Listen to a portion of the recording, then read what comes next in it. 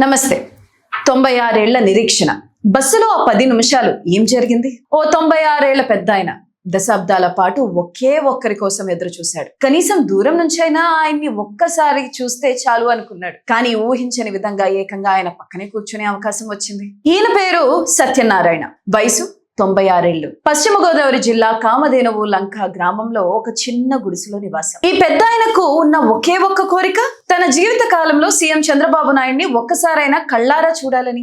ఆచంట నియోజకవర్గానికి ముఖ్యమంత్రి వస్తున్నారని తెలిసి దూరం నుంచి అయినా ఆయన్ని చూస్తాను బాబు అని ఆయన అన్న మాటల వీడియో ముఖ్యమంత్రి పర్యటనకు 4 రోజుల ముందు సోషల్ మీడియాను షేక్ చేసింది. ఆ పెద్దాయన స్వచ్ఛమైన అభిమానం ఏకంగా ముఖ్యమంత్రినే కదిలించింది. కార్యక్రమం ముగిసిన తర్వాత అందరిలా బస్సు ఎక్కి వెళ్లిపోలేదు సీఎం. తన ప్రత్యేక బస్సులోకి సత్యనారాయణ తాతను స్వయంగా పిలిపించుకున్నారు. 96 ఏళ్ల వయసులో తన దేవుడి లాంటి నాయకుడిని చూడగానే ఆ పెద్దాయన కళ్ళల్లో వెరిసిన ఆనందం అంతా ఇంత కాదు. చిన్న పిల్లాళ్ల ఉప్పొంగిపోయి ఆయన్ను ఆప్యాయంగా హత్తుకున్నారు. ఒక అభిమానికి దక్కిన అత్యున్నత గౌరవం అది. అయితే ఆ బస్సులో వాళ్ల మధ్య దాదాపు 10 నిమిషాల పాటు ఏకాంతంగా ఆసక్తికరమైన చర్చ జరిగింది. ఈ వయసులో కూడా నాకు నా భార్యకు బీపీ షుగర్ లేవు బాబు అని తాత చెప్పగానే ముఖ్యమంత్రి సైతం ఆశ్చర్యపోయారు. అయితే ఇక్కడే సత్యనారాయణ తాత గొప్పదనం బయటపడింది. తన వ్యక్తిగత కష్టాల కంటే ముందు తన ఊరి సమస్యలను సీఎంకు వివరించారు. ఆ తర్వాతే తన కొడుకు అనారోగ్యంతో బాధపడుతున్నాడని, వైద్య సాయం కావాలని కోరారు. ఆ నిస్వార్థమైన అభిమానానికి ముఖ్యమంత్రి చలించిపోయారు. కొడుకు వైద్యానికి భరోసా ఇవ్వడమే కాకుండా